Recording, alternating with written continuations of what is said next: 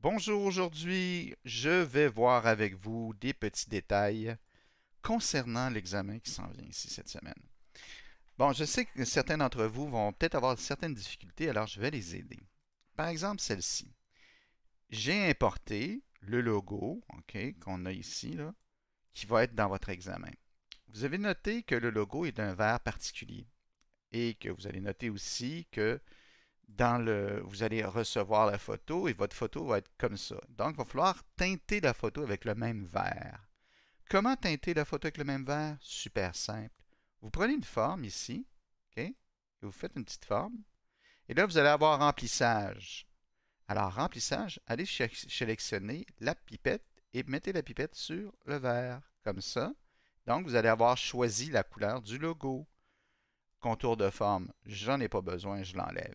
Donc maintenant, j'ai la couleur que je veux avoir. Et puisque je l'ai sélectionné, cette couleur, elle va rester dans votre palette de couleurs que vous avez créée. Vous n'avez pas créé une palette de couleurs, mais elle va s'additionner à la palette de couleurs existante dans Publisher.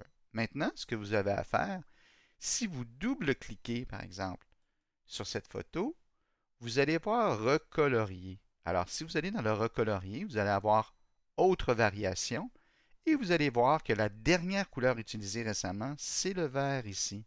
Alors, si vous cliquez sur ce vert, l'image va être teintée verte et le même vert que le logo. Même chose pour le dégradé ici. Hein? Vous voyez ici, si je clique sur l'image, le remplissage, je peux avoir le remplissage de la dernière couleur. Je vais le mettre en bleu, par exemple. Ben, le remplissage devra se faire avec la dernière couleur qu'on a utilisée, qui était le vert, le même vert. Et ce qu'on va faire, c'est qu'on va ajouter un dégradé sur, sur cet objet en couleur. Et ça va donner ça ici exactement. Donc, c'est exactement ce qu'il faut faire pour l'examen.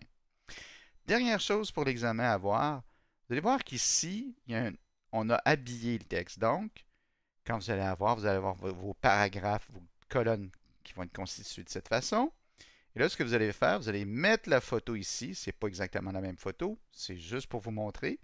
Vous allez mettre la photo. Et vous allez voir que, grâce à l'habillage, hein, l'habillage ici, ça va pousser le texte. Cependant, vous allez avoir modifié les points de l'habillage. Parce que quand vous allez mettre votre photo, les points de l'habillage vont être collés comme ça ici sur la photo. Alors, pour les décoller, habillage, modifier les points de l'habillage, je vais retourner. Et là, ça va me permettre, vous voyez, le curseur va changer, de pousser légèrement ici, cette ligne, et ça va me donner l'espace suffisant que je dois avoir ici pour que la photo soit comme finalement une lettrine. Alors, c'est les deux, trois petits trucs que je voulais vous montrer avant l'examen. Prenez-les en note, ça va vous aider donc pour avoir exactement les bonnes couleurs et pour avoir l'espacement suffisant ici pour l'habillage. Bon, j'espère que ça va vous aider pour l'examen.